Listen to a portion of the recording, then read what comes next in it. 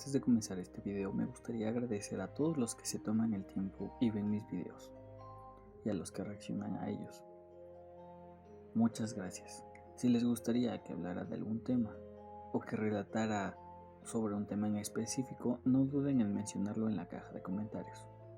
Sin más por añadir, comencemos con el video. Los psicólogos suelen ser especialistas en la salud mental. A ellos siempre les contamos nuestros más oscuros secretos, nuestras experiencias más gratas e incluso las más dolorosas. En ocasiones, ellos llegan a conocer personas que tienen experiencias que no podemos explicar de forma convencional ni racional.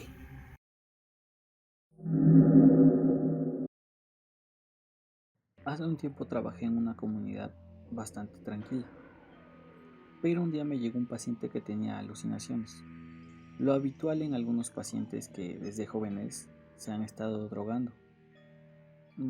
Este era el caso, así que todo comenzó bastante normal. Las primeras entrevistas siempre son algo rutinarias. Saber cómo es su historia de vida, el tipo de alucinaciones que presenta, saber si es por su periodo de abstinencia o si realmente ya es una enfermedad mental diagnosticada.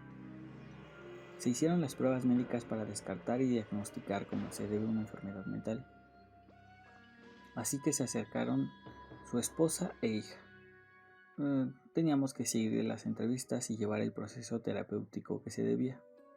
Así fue cuando comenzó todo lo que de verdad es bastante inquietante. El paciente era un hombre de 25 años que se había drogado desde los 9 años. Así que sí, presentaba un daño cerebral bastante considerable. Y una de sus alucinaciones, que era la más presente, era una mujer que para él era frecuente verla al despertar. Siempre pensé que era debido al daño neurológico, tanto por las drogas como por las peleas. Lo que más me preocupaba era que las alucinaciones eran prácticamente todo el día, en todo momento, a excepción de algunas noches, cuando él lograba poder dormir. Lo que me preocupaba en sí eran los episodios violentos que tenía. Él llegó a golpear a su esposa e incluso a su hija. Realmente, en vez de pensar en algo sobrenatural, he llegado a ver muchos enfermos mentales realmente peligrosos y me asustaba que pudiera lastimarse él o a otras personas. Por desgracia, en mi ciudad el sistema de salud en cuanto a problemas mentales realmente es deplorable y ni siquiera lo ingresaban en un hospital psiquiátrico porque no tenía dinero para pagar las cuotas mínimas, así que seguía en casa e intentábamos llevar el proceso de acompañamiento. Tengo que aclarar que el sistema de salud ya sabía que él era un problema, pero solamente me lo referían para poder trabajar con él. Eso era lo que realmente me aterraba respecto a este paciente. En una de las entrevistas con su esposa, su hija se encontraba a un lado. Esta estaba dibujando. Y lo que me llamó la atención fue ver a un hombre alto, sin ojos, y una mujer sentada al pie de lo que era una cama. Eran realmente monigotes, pero era claro lo que presentaban. Pensé que el hombre más alto era su papá, así que me detuve a preguntarle, ¿quiénes son? Ella me contestó que el hombre era un hombre muerto, que estaba viviendo con ellos en su casa, y que ella era la mujer que siempre seguía a su papá. El silencio fue realmente incómodo. Cuando la señora mencionó, yo también la he visto, doctor. Cuando a veces despertamos, ahí está. Yo la veo. Pero nunca le habíamos dicho a mi hija para no asustarla. Tampoco sabía de ese hombre muerto. La mujer se soltó a llorar. Era una chica de no más de 20 años. También había sido drogadicta, pero cuando se volvió madre, lo dejó para poder cuidar bien a su hija.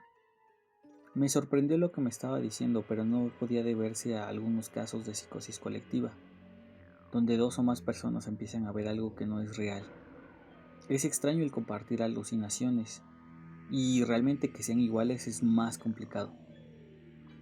Claro, es algo que sí puede llegar a suceder, pero no es tan común. Aunque si me quedaba con lo que relataba la pequeña, hubiera pensado que era un fenómeno paranormal. Quise suponer que era porque en algún momento la pequeña habría escuchado a los papás o a alguien más de la casa el platicarlo.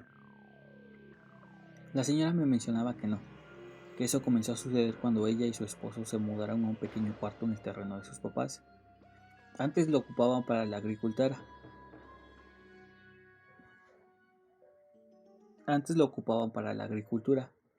Para que ubicaran más o menos el lugar, era a unos 5 minutos del centro del pueblo, pero era un lugar pegado al cerro, donde decían que se escuchaban apariciones. Regresando al tema, comencé a indagar desde cuándo sucedió todo eso y si realmente era parte de la enfermedad o si estaba presente aún un fenómeno paranormal. Lo que me comentó ella es que había tenido un accidente de automóvil en una ocasión, que su pareja y ella, en estado de ebriedad, habían estado manejando y su primer hijo falleció antes de nacer en el vientre. Así que se separaron y su pareja comenzó a tener una nueva novia. Pero se imaginarán que tenían una relación bastante complicada. Y nuevamente volvieron a juntarse a pesar de que él estaba con alguien más. Ahí fue cuando ella quedó embarazada de lo que es la pequeña que era su actual hija. Fue cuando decidió dejar de drogarse. Cuando la novia se enteró que volvería con esta chica, no le agradó muy bien, y aunque siempre lo buscaba o trataba de recuperar al muchacho, fue que decidieron irse al cuarto donde ahora se encontraban. Y ahí fue cuando comenzaron a ver a la mujer siempre al pie de la cama. Ella aseguraba que era porque la mujer aún buscaba a su pareja. Los días siguieron y las manifestaciones iban en aumento.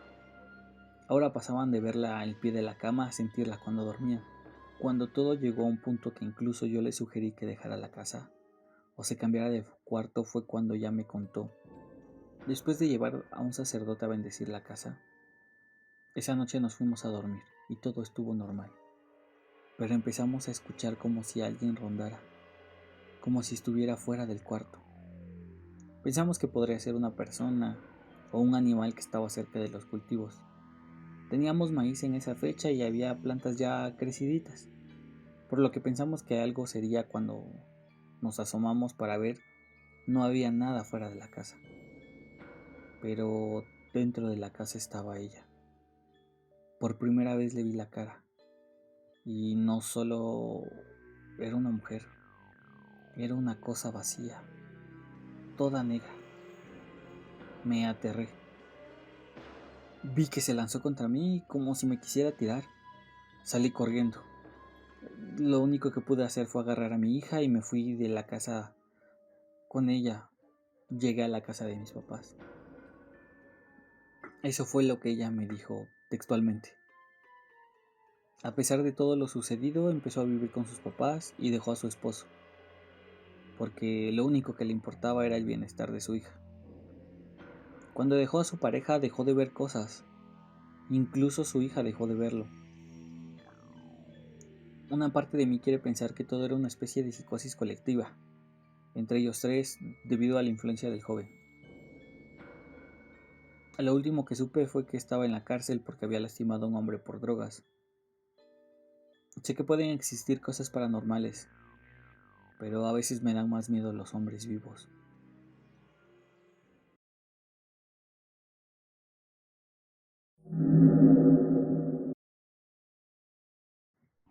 Soy una psicóloga infantil, y en mis años de experiencia tuve un caso que fue bastante complicado. Atendía a una pequeña de unos 8 años de edad. Su mami me la llevó porque comenzaba a decir muchas groserías, pero ella no se explicaba de dónde surgía todo eso, ya que vive sola y no la dejaba ver la televisión si ella no estaba con la niña.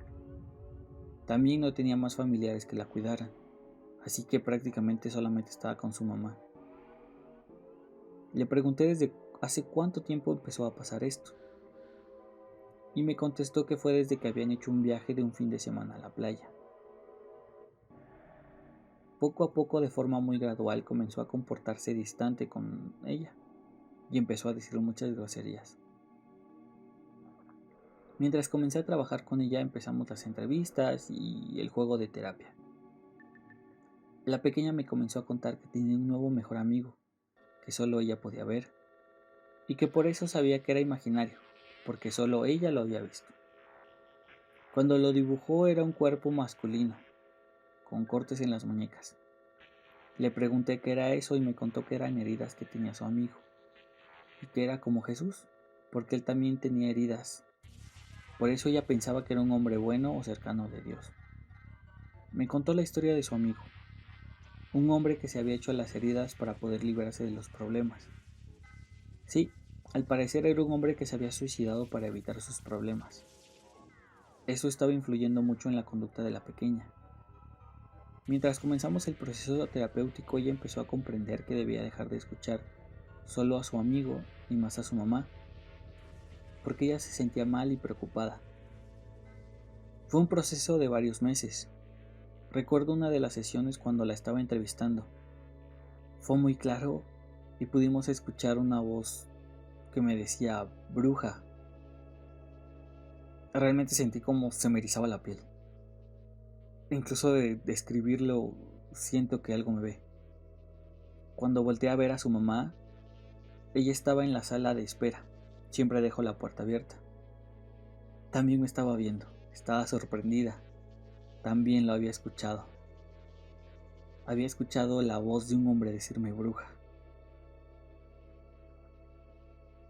Estuve trabajando con ella casi 8 meses, en los cuales toda esa mala influencia pudo ser resarcida y la relación con su mamá se volvió más estrecha, casi como lo era antes. Realmente podría decir que ese espíritu era un hombre manipulador. Él había estado viendo a la pequeña y posiblemente se le pegó cuando estuvieron de vacaciones. Siempre es importante preguntarle a los pequeños quiénes son sus amigos, aun cuando sean imaginarios. A veces no son tan imaginarios como pensamos.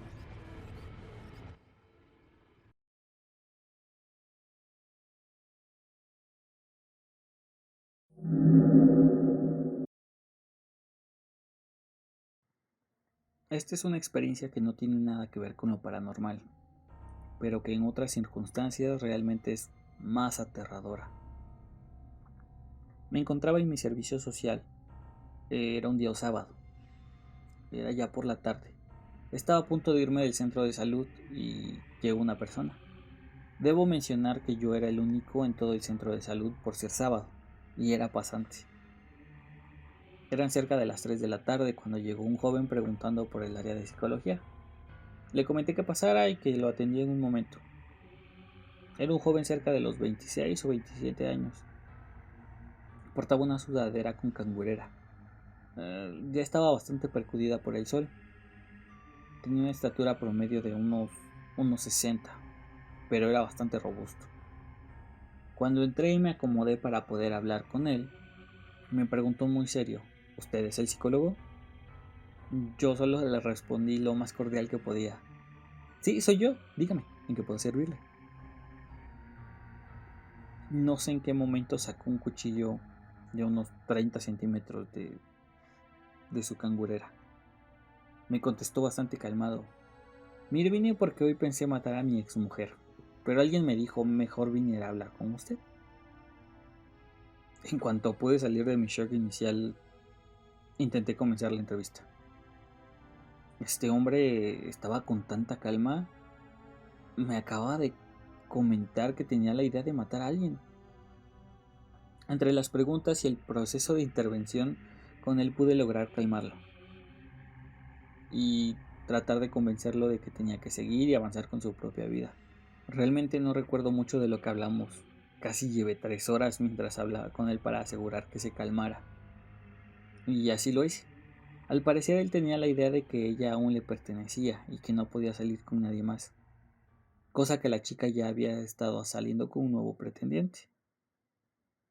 Cuando terminamos, él se fue mucho más tranquilo. Realmente durante toda la entrevista fue algo aterrador.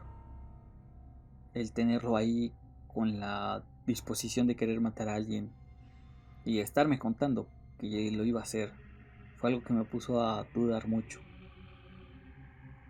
Cuando él se fue, di parte a las autoridades. Les conté todo lo ocurrido.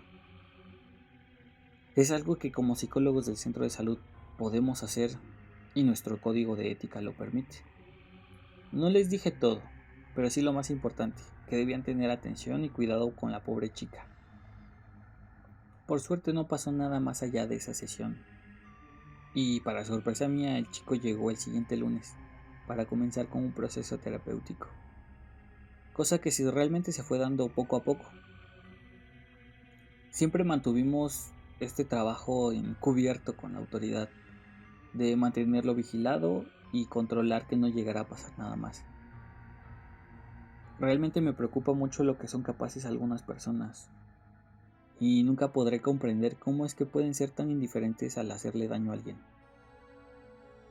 Mi profesión me ha enseñado tantas cosas, y una de ellas es temerle más a los vivos, que de verdad, sin un motivo realmente fuerte te harán daño, y un daño irreparable muchas veces.